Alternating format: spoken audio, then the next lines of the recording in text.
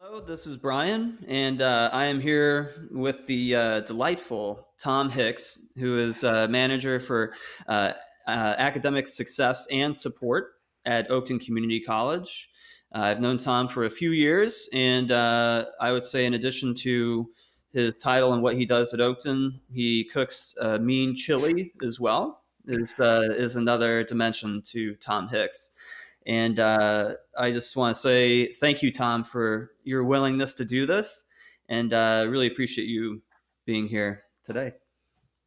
You're welcome. Thanks, Brian, for having me. Yes, as Brian mentioned, I am Manager of Academic Success and Support. That title doesn't explain a whole lot, but that basically means I oversee the day-to-day operations of the Learning Center here at Oakton Community College. Prior to that, I was still in academic support, but primarily focusing on academic advising for 11 years prior to coming to Oakton. Spent some time at a state institution in Indiana called IPFW. And then most recently, before I came to Oakton, I was at DePaul University in the College of Business for 9 years as an academic advisor, primarily focusing on our transfer students and our new student population. So that kind of gives you a little bit of a background of who I am, where I've been, and hopefully these next few moments together, we're going to be really informative. I know they will be, and knowing you, and you are chock full of very useful information. And I think, yeah, you referenced DePaul, and that was I think the first time I met you was during your advising days there. So, and you're an excellent advisor, and I would say an excellent manager as far as what you do currently. So, Thank you. So I'm curious. You as far as all that you do, that captures a whole lot, at Oakton, and so much of your experience, as you touched on, the advising piece, managing a center that really focuses in on that support structure and things like tutoring, or and you can touch on the rest, but I would say when we think about the importance of students engaging while they're in college, and I think back to my time in college, and I foolishly did not use a lot of tutoring, when I was going through my days in college, but the supports I did reach out to were specific to meeting in like office hour kind of capacities with my faculty members that I really knew and trusted and would kind of help me out as far as just, hey, Brian, you're not getting this this very well, this subject, and this is maybe what you should be considering, and we would kind of talk through things. When we think about successful habits for students as they're moving forward through their educational plan, I'm curious, thinking back from your experience and using time at Oakton as an example, uh, could you highlight what are some of those successful habits that you have seen students display that are really looking to maximize their time in college? Absolutely. So when thinking about successful habits, I mean, it all really starts first and foremost with what is the end goal in mind? Is this a paper or an assignment you're working on? Are you trying to complete a course that you need for a certificate or degree program, or is transfer in mind? Regardless of what the activity is, always focusing on the end goal. That is going to be critical for any student success. Give you a perfect example. If I were to create a driving sort of directions from Chicago to Santa Monica, I want to take Route 66. I know that I'm starting in Chicago and then I'm going to end in Santa Monica Pier in lovely sunny California. Now, along the way, there are going to be so many things that are drawing your attention to being off route, if you will. Whether you want to see the world's largest ball of yarn, or you want to take a few minutes and relax in Sedona, whatever the case may be, keep in mind that that ultimate goal of yours, in this case that you've decided for yourself, is to get to Santa Monica. And it's okay to take a detour every once in a while and explore something that's happening on campus, whether that's a speaker in a field that you don't have any classes in. That's not where you want to go. But understanding and gaining different perspectives is super important. So we always want students to really think about, what is that end goal? And what does success look like for them in their own terms of how they are going to achieve that that goal? Is it just completing the assignment? Is that the goal? Okay, fine, we can work on that. From there, we then need to collectively work with the student and sort of start developing different road marks or mile markers and milestones along the way for them to say, okay, I'm on track. At this pace, I'm going to be able to achieve my goal of completing this assignment. I'm going to meet the course criteria so that I'm going to be able to get a B in this course and move on to the next course in my math sequence. Or, if it's about transfer, it's making sure that they've got all of the necessary courses so they can go in. Perhaps they meet their associate's degree, their IAI requirements, and are set up for success when they get to that next institution, wherever that may be. Those are really critical, successful habits that we see with students. To help them along the way, that's what we try to provide within the Learning Center. So we do that in a variety of different manners. First and foremost, as Brian mentioned before, we have tutoring services. So primarily we do writing tutoring, and this will help students in any class that they're enrolled in. If you have an assignment or a paper or a project that you're working on, we can sit down and make a 25 or 50-minute writing appointment for you to work with a writing tutor and kind of develop those theories, whether it's brainstorming, whether it's coming through a first draft or finishing up at a final draft. They can help you along that journey in a multitude of capacities. Others ways that tutoring is helpful for students is that we have different content-specific tutoring. Primarily, our biggest content areas that we provide service for, number one is mathematics. Number two is biology, which also includes our anatomy and physiology sequence here at the institution. Chemistry, computers, physics, and accountancy round out the top 6 subjects that we provide students. In that capacity, students would come in, sit down with a tutor, and stay as long as they want. The benefit is that over the course of the semester, you can really start developing a relationship if you continually go see the same tutor, or if you're interested to see a different tutor and gain a slightly different perspective on the material.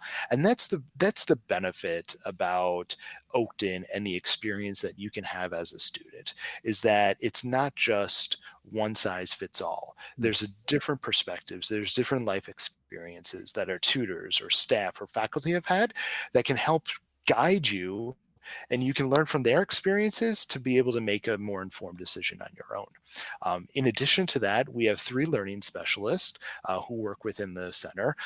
Each learning specialist can sit down with any student one-on-one and work on very specific and targeted academic skills. So maybe you're struggling in a sociology course because the textbook is so dense, and you want to learn more about how to read a textbook, how to take proper notes in class. We can assist with that. You're in a particular course that has a lot of high stakes multiple choice exams. We can work with you on test taking strategies. Is time prioritization and management something that you could feel that you may need a little bit more improvement? We'd be certainly able to help assist you with that as well.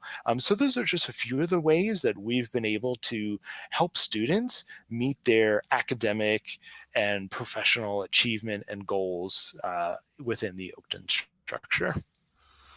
That's so perfect, and I feel like it's so it's so hard to know sometimes when you are a new student coming Mhm, into a collegiate setting, or if you are transferring, like what are the mhm, resources, and how is that visible, and what are the ones that are specific to you? And you mhm, used a phrase that I was going to use, and you've stolen it, which was the one size fits all, and mhm, because that's so true, and I think through when students are advised, each student does have their own specific goal or intent, as far as while they're, going through college.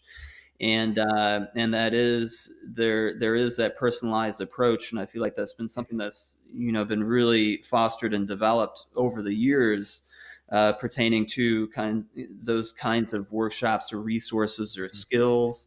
And I especially love the some of those as far as just helping students know or learn how to study. And I've mhm, heard that before. And when I first came into college, I did terribly in my first semester and most of my first year, actually, just because I didn't really know how to study and or what would work for me individually. And I tried to figure that out on my own, which was one tactic that wasn't working so well for me.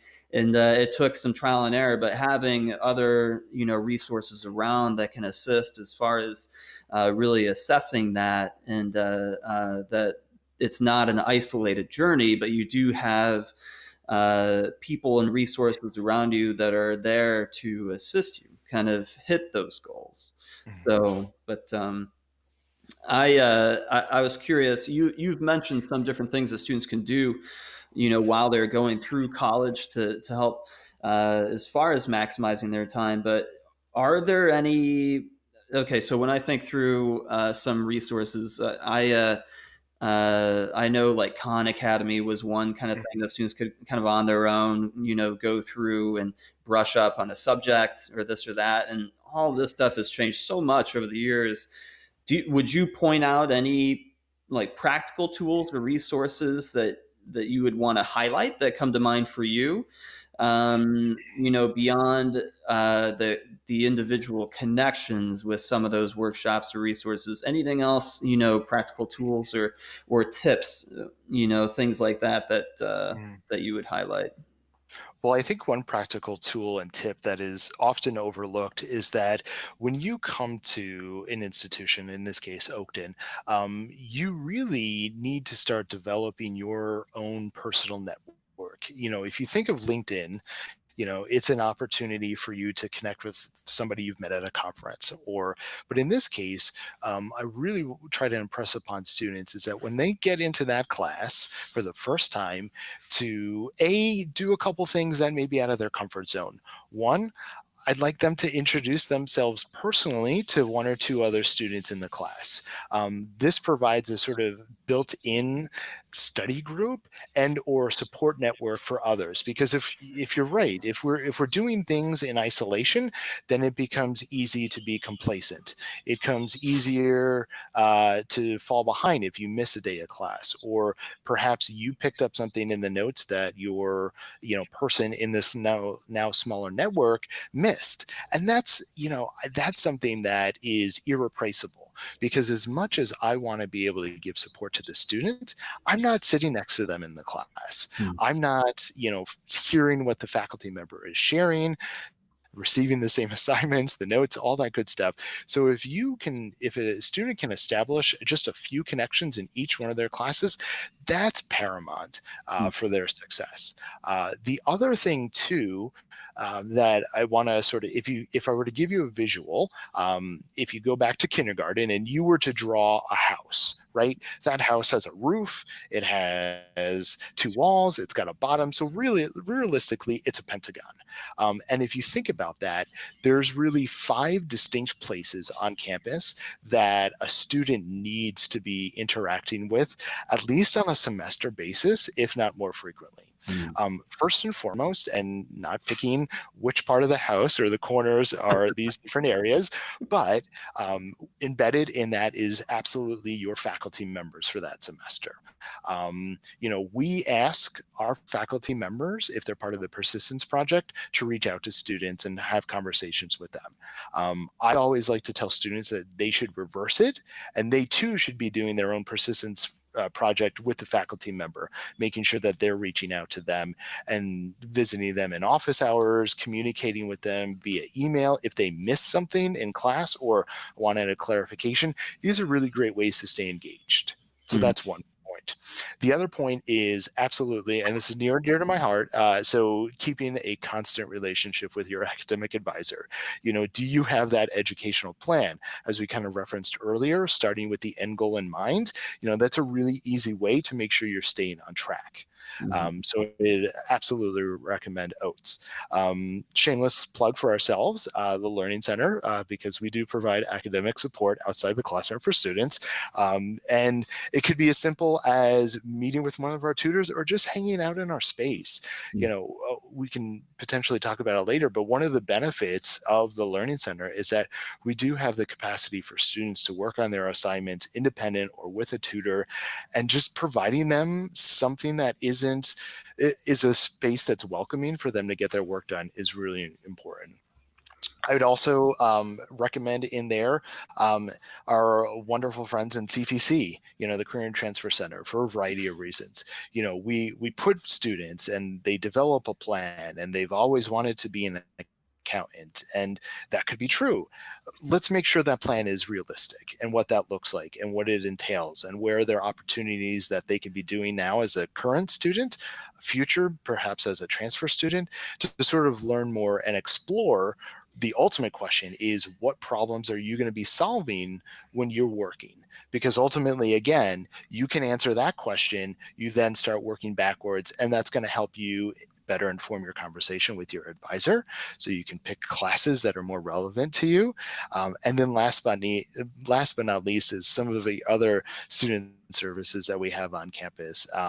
Things that come to mind are our TRIO support services, our On Delay program, Office of Student Life, to stay engaged and really create that community. Because above all else, when you come to Oakton or an institution, it's really finding a set of fellow peers with similar common goals. Again, they may not be exactly like yours, but if you have similar experiences and or goals, that's going to help you continue to stay motivated and on track. That's perfect. And when I was thinking about, you listed so many different engagement opportunities, and when Mhm. I've in the past, when I've or connected with students, I've talked about and I've referenced and Mhm. a lot of research just talking about, listen, attending college is not just going to class and doing your homework and taking tests, and that's kind of it. Uh, Mhm. what we know is that students that are engaged, that is a phenomenal indicator in terms of their success in the collegiate setting. And also, if coming from a community college, their chances of success, in that transfer process for once they get to their next institution. And you've listed so many different great ways for students to be engaged, Mhm. and I think that's fantastic. I also really appreciated the house metaphor, and that combined with the metaphor you used earlier, as far as the road trip, from Chicago to Santa Monica, I think it was, or I can't remember, but yeah, I'm going to use both those metaphors in the future. So yeah, thank you. Fair enough. Go right ahead. um, so as we know, or at least I've been told there's a global pandemic right now, and which presents all sorts of fun and also terrible obstacles and different things that exist at such a unprecedented scale.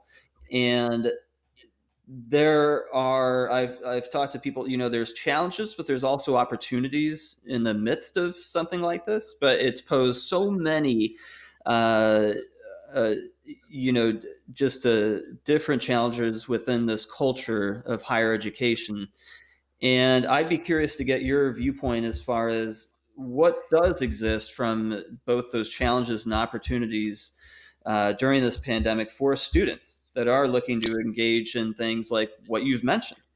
Mhm. How has that changed?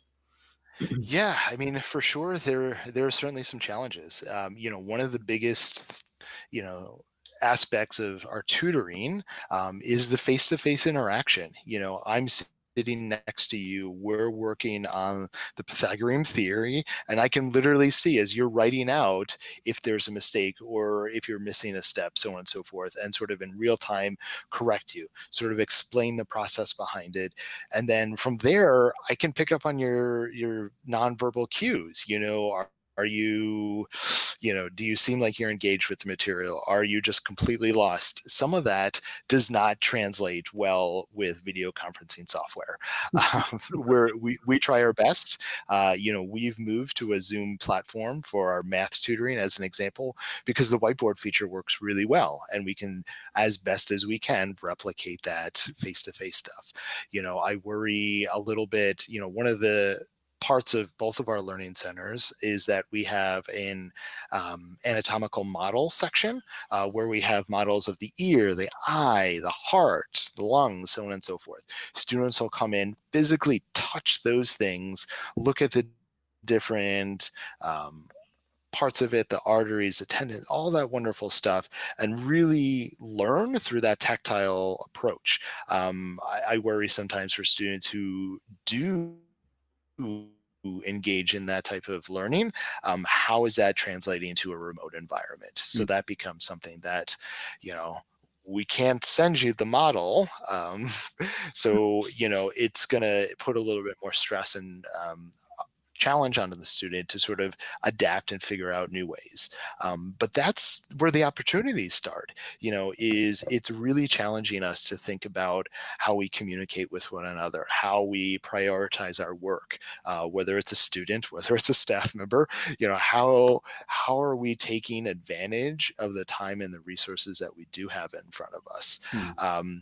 One of the things that has been a really pleasant surprise is that when we're on campus, we're really physically bound to our locations. Not too often will students commute from Skokie to Des Plaines in the same day or even in the same week. And they may spend a whole semester on one campus over the other. So within a remote environment, we've been finding through our surveys that students are really starting to engage in tutors that are on the opposite campus that they normally work at, so that they're experiencing, again, new, different perspectives. It's also been able to help us really broaden how much services we can bring to students in this case, in our remote setting, so that, there may not be a biology tutor on Tuesdays in Skokie, but there's one in Des Plaines. Well, now we've completely eliminated that sort of need, Hmm. or so that missed opportunity. So now everybody has access to that biology tutor, which is really important for us. Those are just some of the wonderful opportunities that we have. And, we're ready to keep expanding. So our eyes and ears are open. We're certainly looking for new and engaging opportunities to work with faculty, our students, and our peers across the campus to help deliver services that are ultimately promoting student success, and at the end of the day are eliminating as many barriers as possible for students so they can receive these services. That is so awesome to hear, and it is really interesting to see just the creativity that's existed, and that's ongoing. And so I'm excited to see kind of where things kind of move forward, for your respective area. And as I think about other institutions that have these offices that are faced with the same kinds of challenges and opportunities. Uh, I've been really inspired to see kind of how you and your team have really kind of taken hold of this chance and opportunity to create new avenues for student success, and that may not have really been present before, but you've kind of been forced into this realm and really taken advantage as far as what could be there or what could be created, for engaging those students. So again, thank you, Tom, for doing this, and for all that you do for students.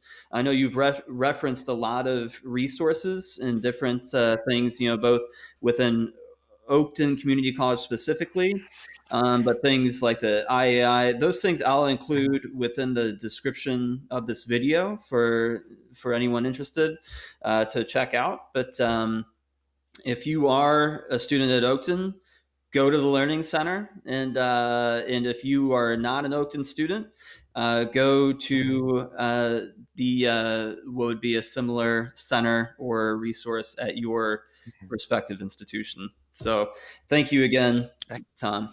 So, Excellent. Thank you so much, Brian. And always be well. and you too.